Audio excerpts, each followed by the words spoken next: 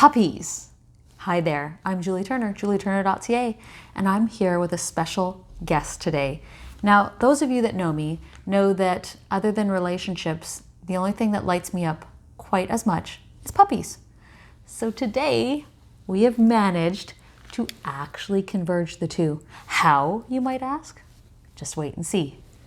So, without further ado, I would like to introduce my good friend, Josh. Hello. Josh, what is it that you do?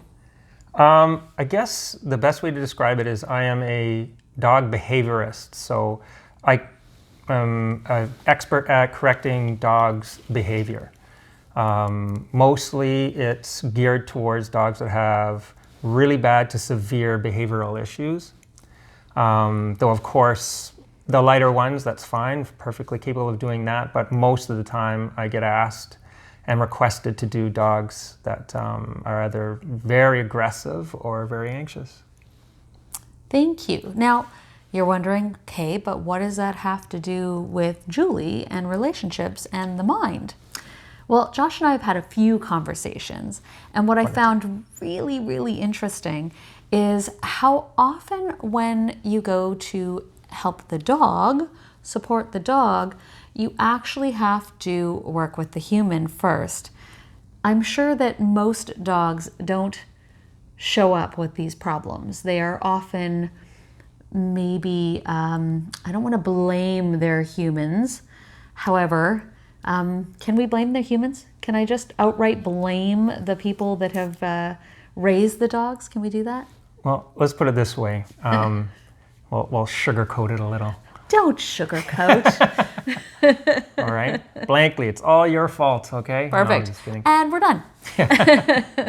So dogs are bred, they're a human creation. Nature didn't do this, we did. We created dogs for our purpose, for our reasons, to work, to herd cattle, to guard our houses. So we've formed these dogs to have the personalities, the skills, and abilities that we've needed in order for them to serve us. So they are literally built from top to bottom to just acquire what we need to be, whatever it is we need. So they are sponges to whatever it is that we have going on. If we're anxious, they'll be anxious. If we're calm, they'll be calm, and so on and so forth. So to say that it's all your fault, it's kind of, I mean, I don't really believe in fault, but that's for another video. And so it's more to do with the responsibility does lean on the dog owner pretty much almost 100%. I mean, the dog still has to understand that it needs to be able to do what it was built to do, but the rest is pretty much all on the dog owner. Human issue. So before we continue on that, if we made dogs, did we make cats too? Because I'm not always the biggest cat fan. I don't know. So if we did, what the heck were we thinking? Sorry, side note. Well, For all you cat lovers out there, I'm joking, not joking.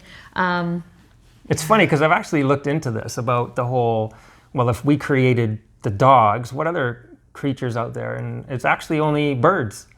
There's actual, besides flora, like there's flowers we've created, but actual animals, it's actually just birds. There's birds out there that we actually created. They're not a natural species, just like the dogs. This is fascinating. I had no idea that we were going to go into that. There's cats as well, but mostly cats are from a natural source and just morphed on their own. Dogs have this hormone, and I would love to regale you with the word of the actual hormone because it would make me sound so smart. But it allows them to morph and evolve physically so quickly. In like 100 years, you could take a dog that was small with no hair and create it to be very large with lots of hair and a completely different personality in 100 years.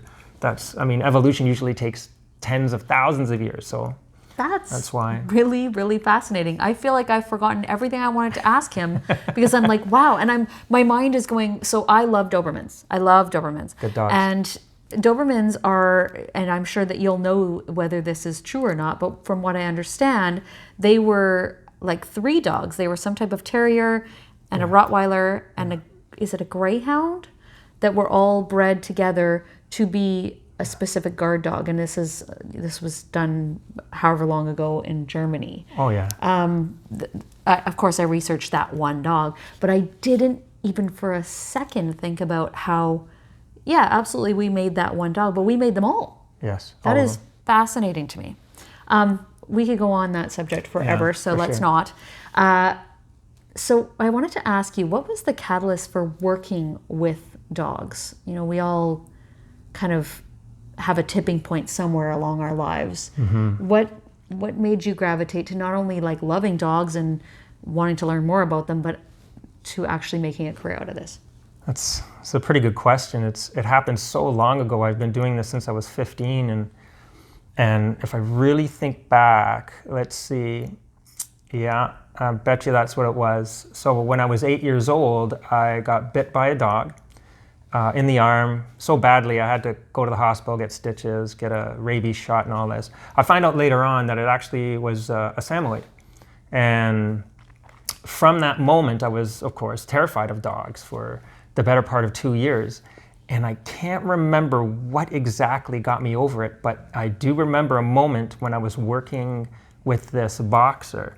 And when I mean working, it was the neighbor's dog, and it was super friendly, and it looked nothing like, you know, the dog that attacked me, so there was no transfer of fear.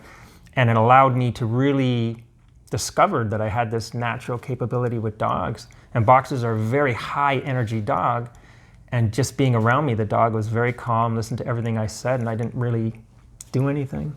Yeah, so I guess that was the moment, you could say, the catalyst moment that set me on the path to do what I do now.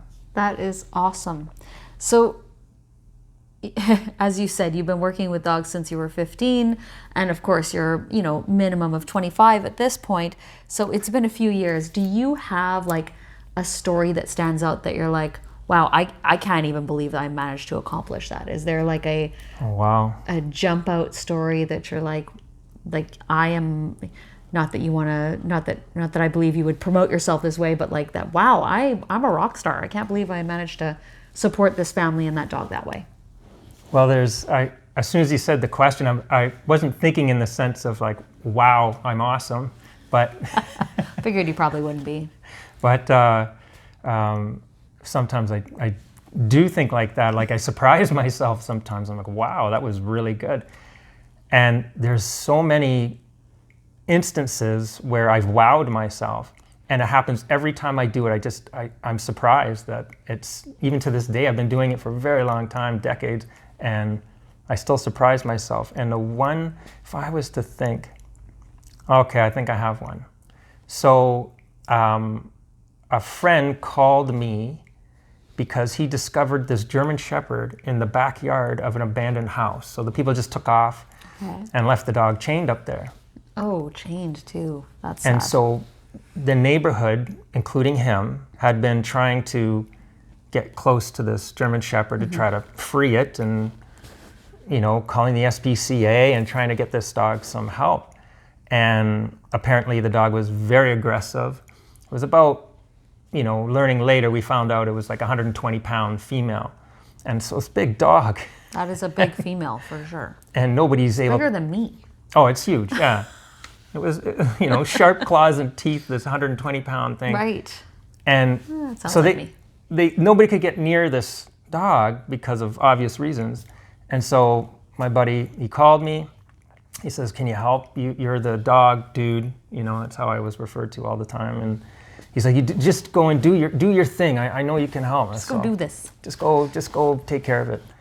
So I showed up, and the first thing I noticed was this ring around the dog. So it was tied to this tree, and there was this ring around the dog of toys and treats that they had been like throwing to bait this dog to come, and it was almost perfect U-shaped ring of where this dog's extent was coming after them, and that's as far as they got to give it its toy or treat. And I can't remember what exact techniques I used, but I just walked in there. And I do remember approaching it from my back and just slowly just sort of Like backing up towards Yeah, the dog? Okay. yeah. And Much less aggressive?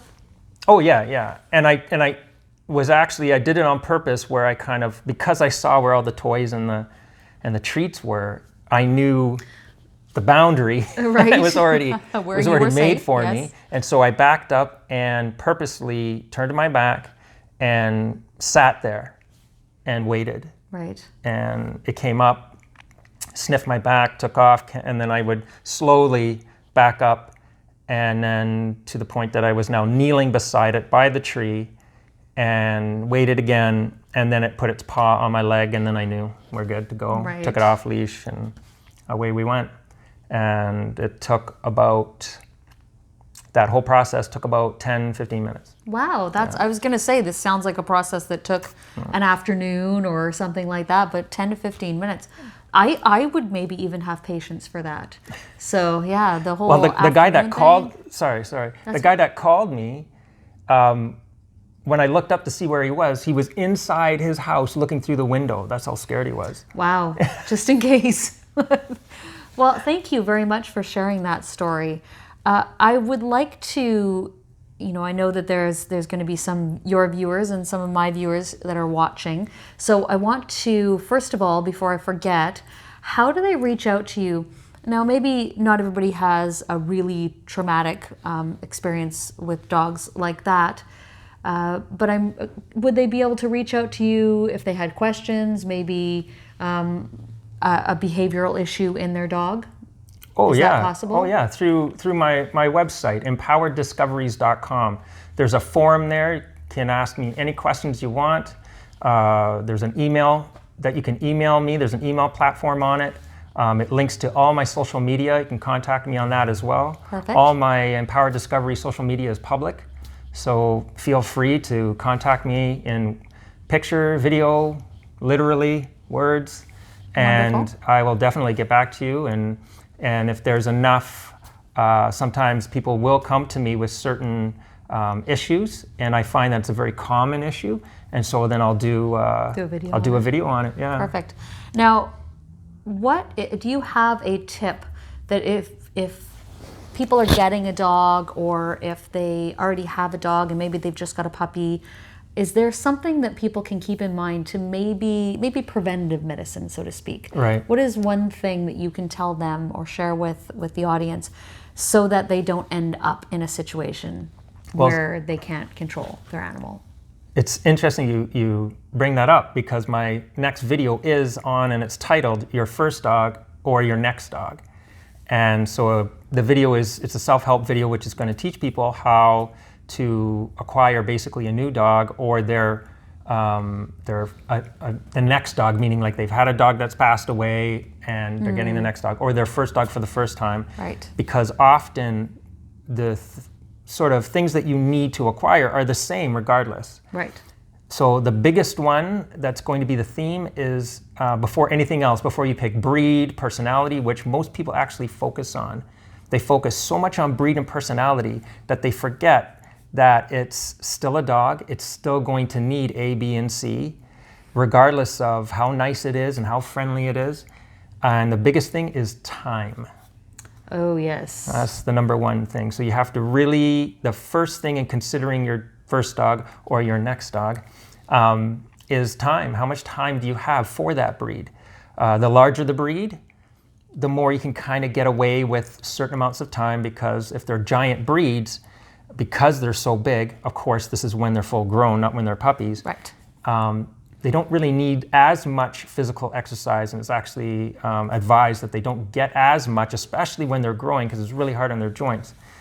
As per, That's good to know. That's interesting. yeah, because it's most large animals, it's like that. Like when they're growing up, you got to really be conscious and aware of their joints, because as they're growing, the more exercise you give them, the more physical challenges you give them, it puts more pressure on their joints as they're growing, because they're going to grow with pressure. Same with us. I mean, anybody knows that if they've done, really competitive sports when they were younger, by the time they're in their 20s, their body's really hurting, suffering from injuries. So it's kind of like the same thing. That is really fascinating, actually, because you often hear about these certain breeds, often German Shepherds and stuff like that, with hip dysplasia.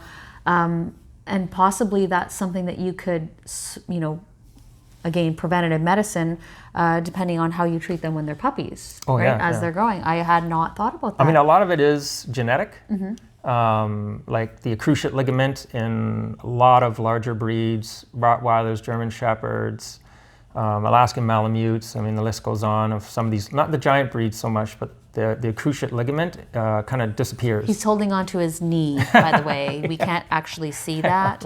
So, yeah, that ligament. So I'm pointing to this ligament that you can't see. So this ligament here. Share.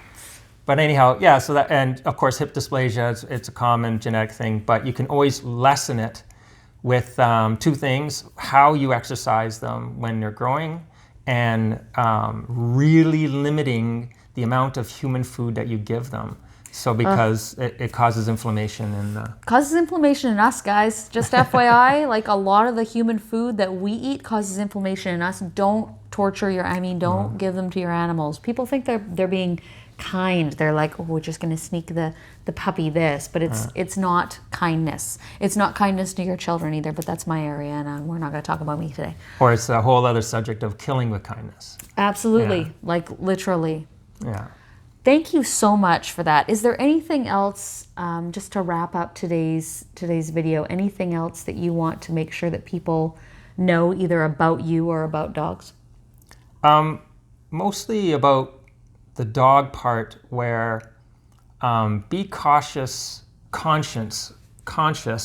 I can just get the word out, of it's all good. Your how much you humanize your relationship with your dog. Okay. You really want to be able to separate and really understand that it is a dog. It's not a person. It's not a child. You kind of just be aware because you're taking away what the dog needs. The dog needs boundaries, rules, structure. It actually really does need you to sort of indicate when it's supposed to go to the bathroom, when it's supposed to eat, when it's supposed to lie down, when it's supposed to sleep, which of course, if you humanize that, that's like the military. Right. And unless you're in the military, you don't want to be treated that way. But dogs eat it up. They absolutely love it. Right. Even to the point that even being yelled at, as long as it's in a calm, non-frustrated, angry way. I mean, they have competitions in Germany and Austria every year of German Shepherd competitions, and they are literally yelling at the top of their lungs. And the dogs are just loving every minute of it because that's what they want. Interesting. I feel like there's a lot of you out there that either are dog owners and you're like, wow, I've been struggling with this. I wonder if you can help. Or maybe you're considering getting a dog, or maybe you actually can see some things in your own behavior that you need to work on for your dog. So please reach out to Josh. Thank you very much for paying attention. Josh has his own YouTube channel, and that's under empowereddiscoveries.com as well. Please go check it out. Like, share, subscribe, just like you always do, because I guarantee there's many more resources on his. Now, reach out if you would like us to do another video, and if there's a topic in particular that you'd like to hear about, or if you just want us to do another video on dogs in general, that would be awesome, because I do love puppies, and maybe next time we can have one with us. Sure, I can arrange that. That would be awesome. Yeah. Thank you so much for your time. Thank you, Julie. Josh. Thank you for having me. Absolutely, and thank you guys for watching. And like, share, and subscribe this video as well. If you think this could help somebody else, if you like, oh, you know, a lot of my friends have dogs, please send this to them, share this with them. Thank you very much. Enjoy your day.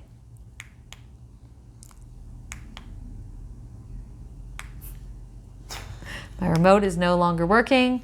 I'll just press the button.